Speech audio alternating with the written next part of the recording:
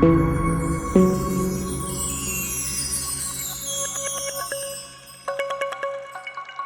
you for inviting all of us to your virtual week. So I'm going to start first with a very, very brief introduction on Auroville. So Auroville is an international city in making, dedicated to human unity and international understanding. And it was inaugurated in February 1968 with a charter that was given by the mother. Now, I have highlighted some of the very key ideas that actually sets the goal for Auroville in this 4-line charter, which is basically to do with what kind of society we want to build in, which is a society based on consciousness, and a society based on education, and a society based on having a certain innovative approach to life and integrating material and spiritual aspects.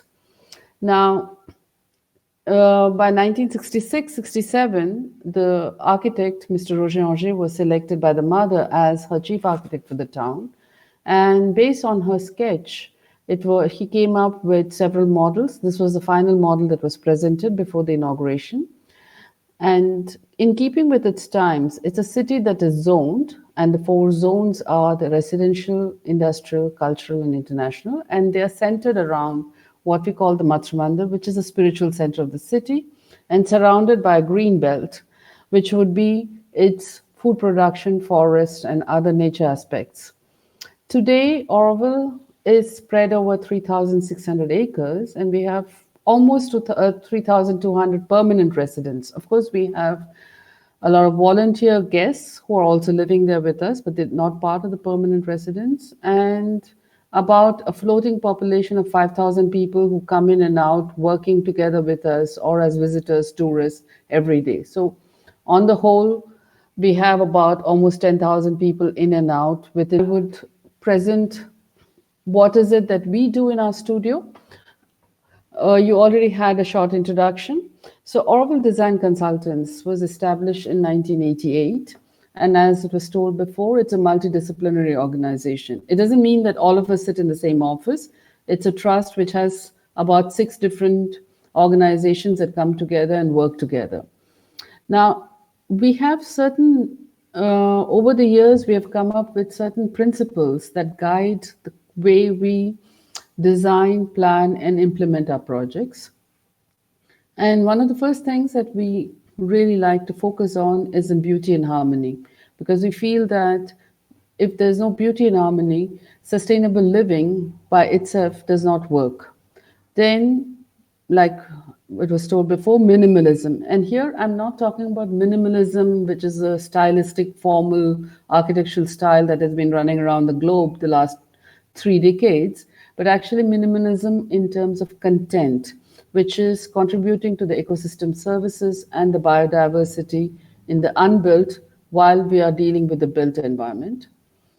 The third aspect that we focus a lot on is on seeking active this is the Auroville Visitor Center.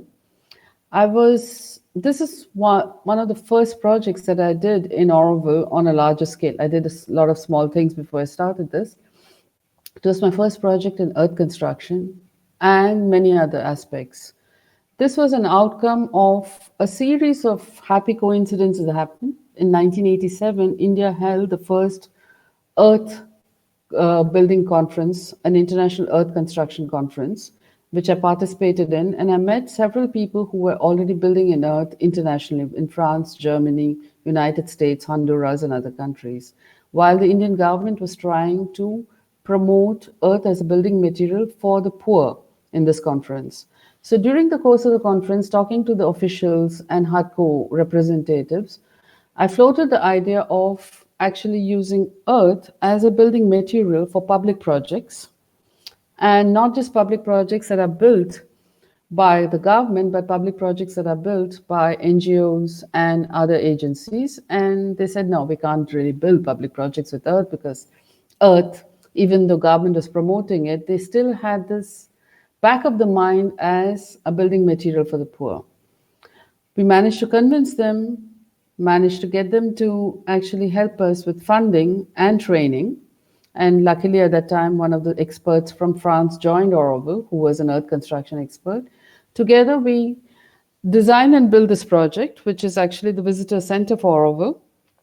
It's built, the phase one, which was built between 1988 to 1995, is built entirely with earth as a compression material with minimum amount of steel and cement, with a whole range of expression of how earth can be used in walling, arches, domes, and even as flooring material, which you saw in the first slide, the slide before, which shows this is the flooring that was done for the amphitheater 33 years ago, and it still works, and it has survived many tropical forces of heat and rain. The next project that I'm showing you is completely different. This was a challenge that we took up in Auroville, actually in the 70s. There was a person who was quite enamored by using sun as a thermal source of energy to do other things with it. So he had already been experimenting with small solar bowls, stationary, movable, and different kinds of mirrors that were available in the market. And over a period of time, we realized that why not build a large-scale kitchen that would do most of its cooking using solar thermal energy.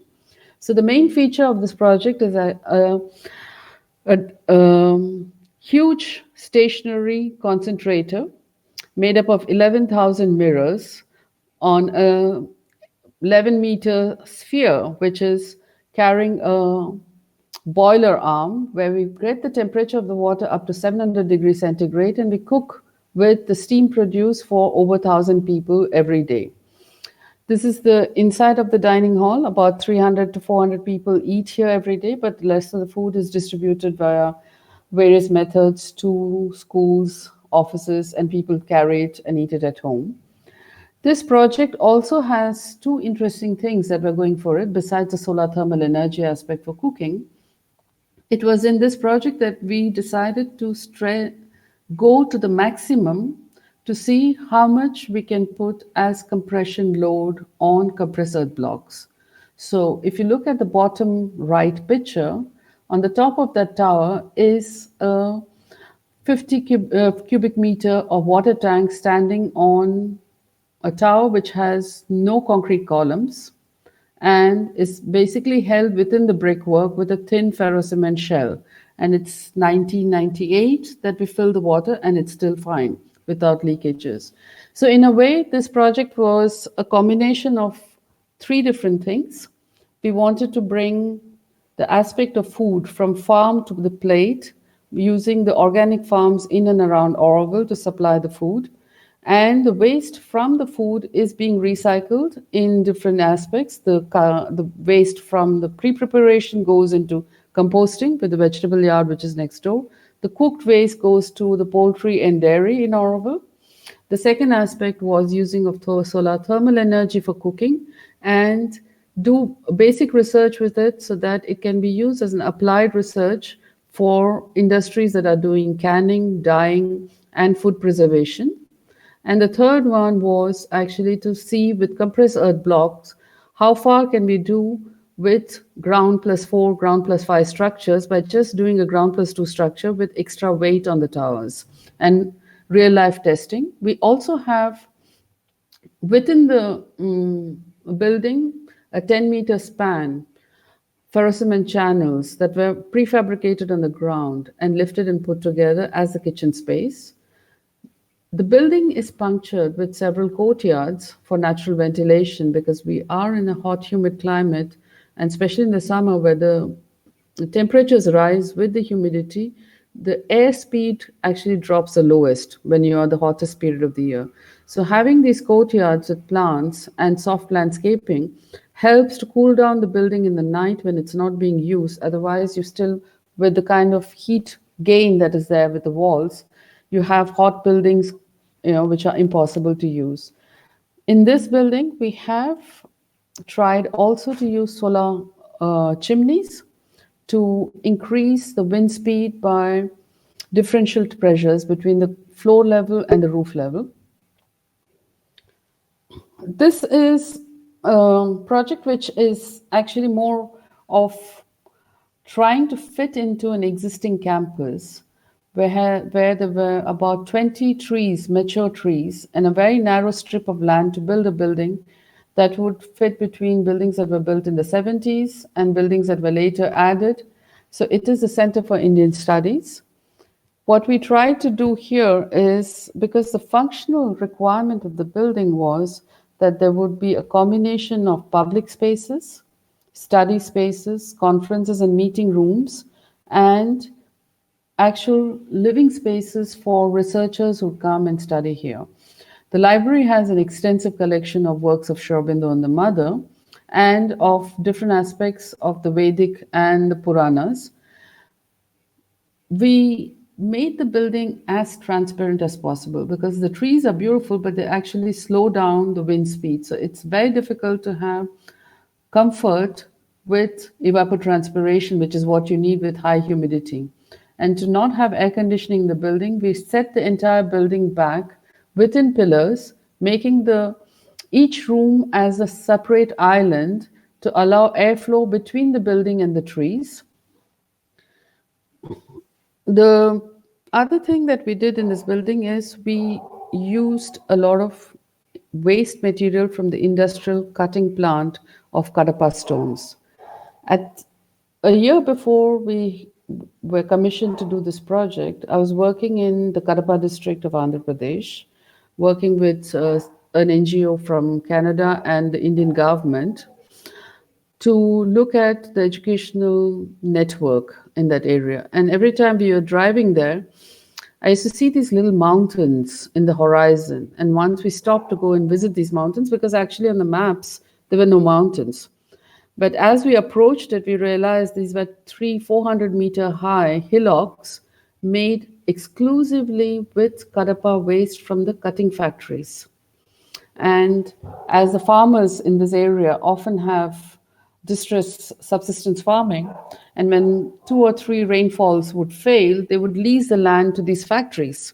So we made a deal with one of the factories and got these wastes, and we have been using them persistently since over the last 8 years as walling material, which works quite well because with the kind of rainfall we have, this walling material, especially at below the sill and at the plinth, is resilient. And all the wood used in this building is recycled wood. So we had furniture designed which were allowed for tropical living without all these fancy furnishing and materials that would not be able to take care of sweaty skins and people who are sitting there all day without electricity and fans. This is the Auroville Public Library, which was being built around the same time that we were doing this project Bhumika, which is the Center for Indian Culture. And we used the 2 projects and interlinked them in terms of building systems and with the contractors, who were 2 different contractors, to see how we can have zero waste produced between the two projects, which are both funded from the Government of India. So we could work in a way that at the end of both construction, the construction sites would have zero waste. And at the same time, the entire construction process would be extremely water efficient.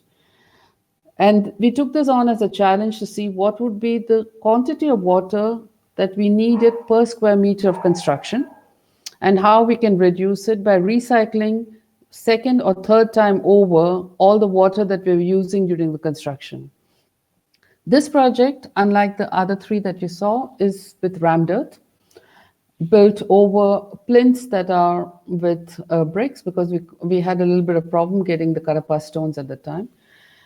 And almost all our projects are non-air conditioned. At least in Auroville, all our projects are non-air conditioned. So ventilation is extremely important. And what we do with the lighting is that our natural lighting is not direct lighting from outside. As you can see in this picture, we try to build in light shelves and deep recesses so that we get rid of the glare and have diffuse lighting inside the building. Of course, this does lead to problems during the monsoon like we have now when there's overcast skies. We do need to have artificial lighting on because The diffuse light is not enough.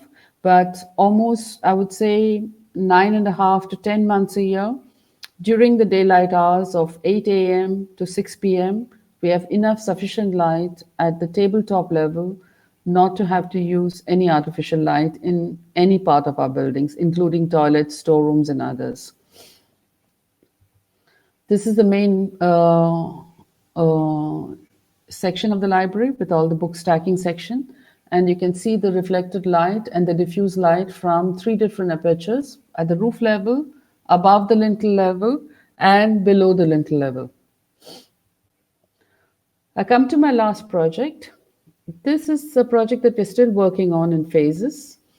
It is a project that we put together with several participants from different parts of the country. At one point, the Government of India was going to undertake amendment of the National Building Code.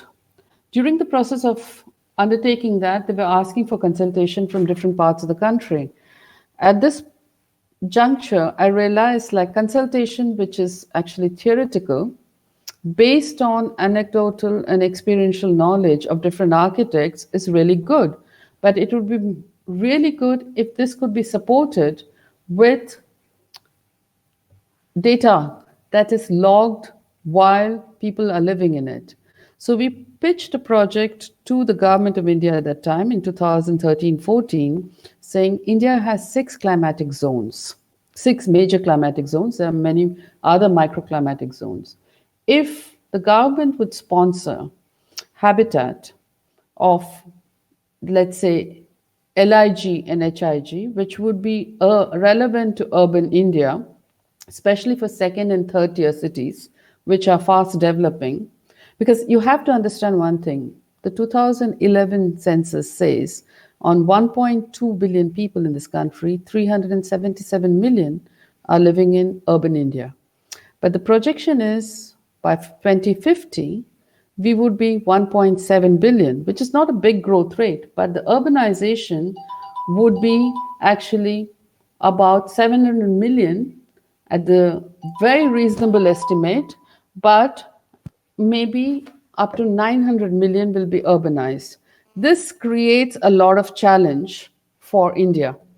So unless we're going to build sustainable habitat, today India is using 2 footprints of the bio resource that we can produce geographically.